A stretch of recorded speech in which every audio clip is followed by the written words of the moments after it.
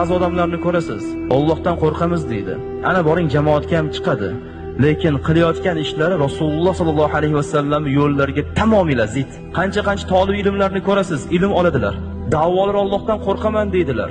Lekin yo'llari payg'ambarimiz alayhisalomning sunnatlariga zid. Amal yo'q, ilm bor, amal yo'q. Qancha Qur'on o'qiydiganlar bor. Qur'on o'qidilar, lekin yo'llari payg'ambarimiz alayhisalomning yo'llariga zid. Sunnatni mahkam ushlamaganlar. Tongi tungi zikrlarni qilmaydilar. Sunnatlarga bel bog'lamaydilar. Kechqurunlar tahajjudlari yo'q. Bomdodlarga jamoatga chiqmaydilar. Xuftallarga jamoatga chiqmaydilar. Payg'ambarimiz alayhisalom yo'llarini ushlamaydilar, lekin Qur'on yodlayapman deb o'zlarini ovutadilar. Alloh aytayapti, Rasul bergan narsani olmayapsanmi? Sen da'volaring hammasi yolg'on deydi Alloh. Bu bizga juda katta yo'l ochib beryapti.